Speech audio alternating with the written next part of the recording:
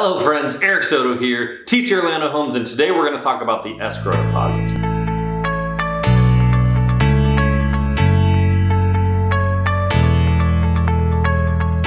There are a couple of other names for the escrow deposit.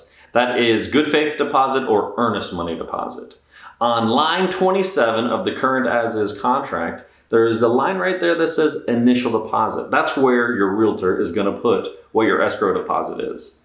A typical rule of thumb is 1% of the purchase price offer is what people tend to use. I personally like to make it as low as humanly possible when representing the buyer and as high as possible when representing the seller. Let's talk a little bit about why I do that in each scenario.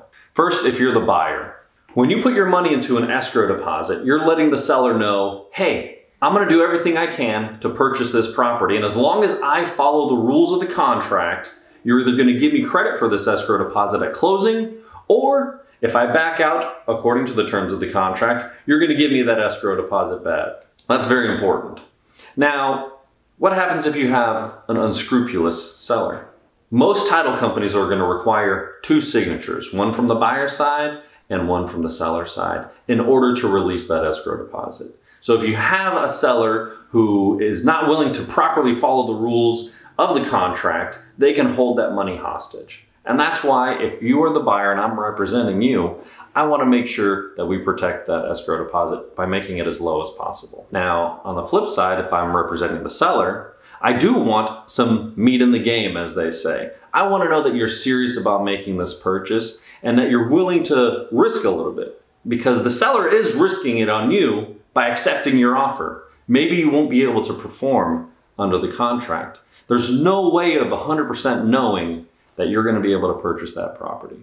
And so they ask for a little bit of money in an escrow deposit to make sure that you're going to fulfill your end of the obligation as well. So it's important for you to understand that whether you're on the seller side or the buyer side, there is a little bit of risk, and it's not just an automatic one person or the other gets that money. Both sides have to come to an agreement. If there is a disagreement between that, then there is a process that a title company knows how to go through to resolve who is entitled to that money.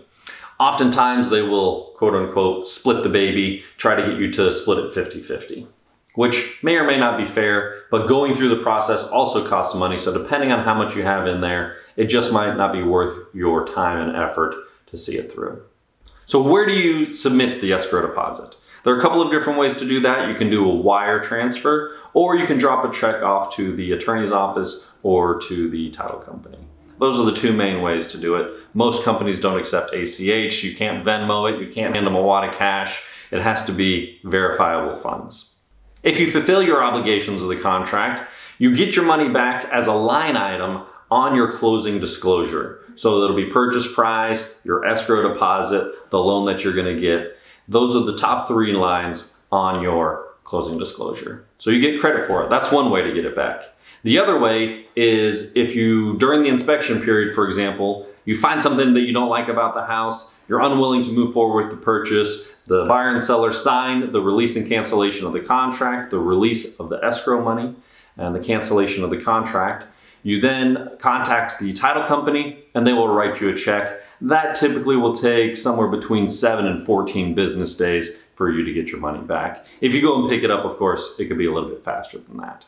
The title company wants to make sure that your funds clear their account before they write you a check. That's usually what the biggest delay, and then of course the mail system if you choose to have it mailed to you. Hopefully you found this information helpful, and when you enter into an escrow, you feel comfortable and confident doing so. Just realize it happens every single day. People are constantly doing this, and it is rare to have an issue with it. So don't worry, you'll be in good hands, and there are avenues and ways to make sure that you are protected. If you like this video, give me a thumbs up. If you thought it was, I don't know, kind of lame, give me a thumbs down. Let me know one way or the other how I can improve and make these videos better for you. Remember to share with your friends and subscribe. Thanks so much.